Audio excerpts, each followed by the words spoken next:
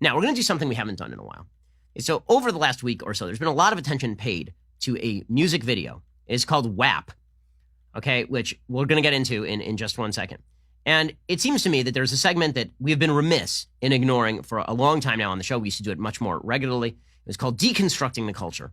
So it is time once again to deconstruct the culture, where we take an important piece of popular culture and we break it down for its important aspects in American life.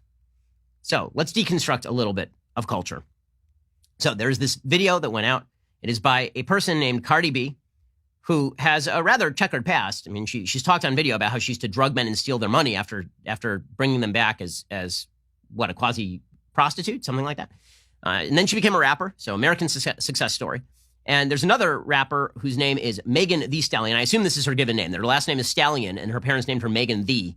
And I don't know why her middle name is Thee as opposed to The, but apparently you are the Stallion, not just the, The are the Stallion. In any case, there's this new video, and just as a preface to this video, let me note some of the headlines about this video from mainstream outlets. The headline from Complex was, "Why Cardi B and Megan Thee Stallion's empowering anthem, WAP, is so important." It's very important, guys. This is a very, very empowering, important anthem. Grammy.com, they put out like people who do the Grammy Awards, they put out a headline, "Cardi B and Megan Thee Stallion deliver a juicy collaboration with WAP." Wow. I mean, it must be important. Metro UK put out a headline, "The backlash to Cardi B and Megan Thee Stallion's WAP proves society still hates sexually powerful women." Apparently, according to Billboard, Christina Aguilera is feeling some type of way about Cardi B and Megan Thee Stallion's WAP. This is a deeply important piece of art, guys. And then Black Entertainment TV, BET, they put out a headline, "Cardi B perfectly claps back at misogynistic criticism of WAP." Because all criticism of WAP is misogynistic, like deeply misogynistic and sexist, as it turns out. And this video, this music video, had 56 million views within 48 hours of release because it got all sorts of press, and it was deeply important. This is a deeply important piece of American art that we should all pay attention to. It is deeply empowering. So we're going to play a little bit of the video, and then I'm going to read you some of the lyrics to WAP, which stands for a thing. I can't say most of the words in this song. I mean, I can pronounce them, but if I say them aloud, then we will be banned by the FCC. So here is a little bit of this video. So as you can see, there's water pouring out from the front of a mansion. Okay, here are these two ladies, and then there is just a giant golden butt.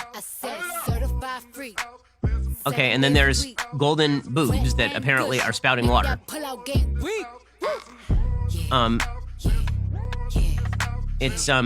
Yeah, so this is all great. And then there's some tigers, and this is apparently the tackiest mansion that has ever been. And then there's them lying there with a bunch of snakes. And, you know, kind of typical music video kind of stuff, but it's very empowering. This is deeply, deeply empowering stuff. So if you can't hear the lyrics, because I don't know why you would hear the lyrics, frankly. Here are some of the lyrics. This is empowering stuff, guys. This is like Susan B. Anthony. This is like women fighting for the right to vote. This right here is women fighting for the right to work. Right here, what we are watching is women fighting for the equal right to talk about their wet-ass P-word. That's what WAP stands for. So here are the actual lyrics. Okay, and this is not demeaning to women in any way. It's not demeaning to women in any way. It doesn't turn women into sex objects. It doesn't make men think of women in a purely sexual fashion. It is women empowering themselves. It is super empowerment. Here are some of the lyrics. You ready? Whores in this house. There's some whores in this house. There's some whores in this house. There's some whores in this house. Hold up. I said certified freak 7 days a week. Wet ass P-word. Make that pullout game weak. Yeah, you effin' with some wet ass P-word. P-word is female genitalia. Bring a bucket and a mop for this wet ass P-word. Give me everything you got for this wet ass P-word. Beat it up, N-word. Catch a charge. Extra large and extra hard. Put this P-word right in your face. Swipe your nose like a credit card. Hop on top, I want to ride. I do a Kegel while it's inside. Spit in my mouth, look in my eyes. This P-word is wet, come take a dive. It continues along these lines. And it gets significantly more vulgar. Like a lot more vulgar. Talk your S-word, bite your lip. Ask for a call while you ride that D-word. You really ain't never gonna F him for a thing. He already made his mind up before he came. Now get your boots and your coat for this wet-ass P word. Pay my tuition just to kiss me on this wet-ass P. Right, so this is, guys, this is what feminists fought for. This is what the feminist movement was all about.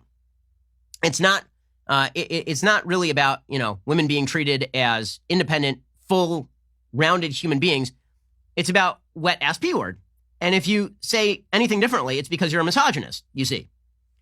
It gets really, really vulgar. But I will admit that when I first saw the lyrics to this song, my first concern, as a sympathetic and empathetic human being, my first concern is that these women are describing a serious gynecological condition.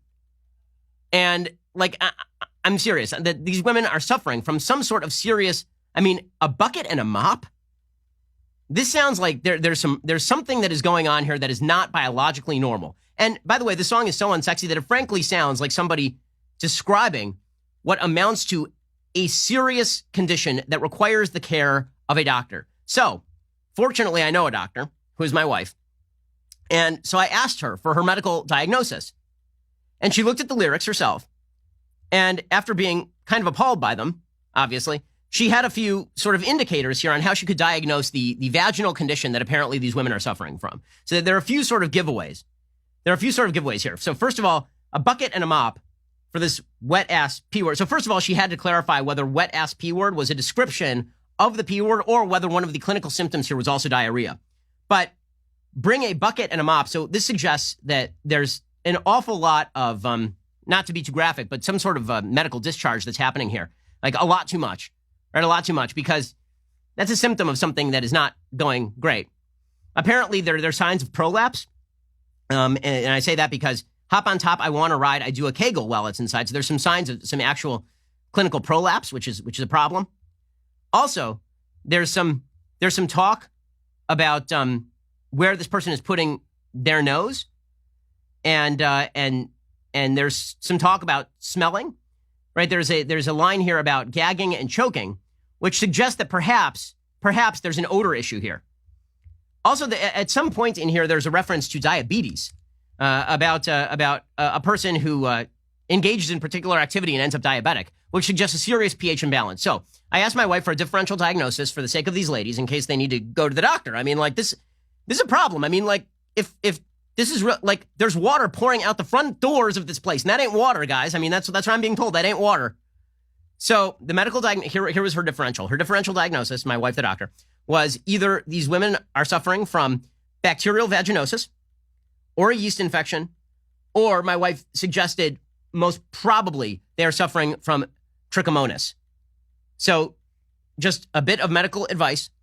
Put aside the empowerment. I understand how empowering it is for women to sing about the moisture state of their genitals.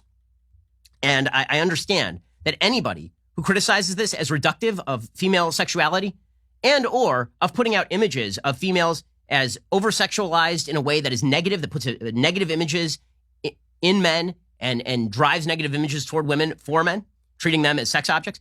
I understand that stuff is out of bounds, right? If we mention any of that stuff, it's because we're misogynists. I'm a sexist for saying that women are more than just, their wet-ass P words. But as a sympathetic human being, I just want to make sure these ladies get the care they need. My wife's medical advice is that they go to a gynecologist ASAP, and that they do whatever checks are necessary for bacterial vaginosis, yeast infection, or trichomonas.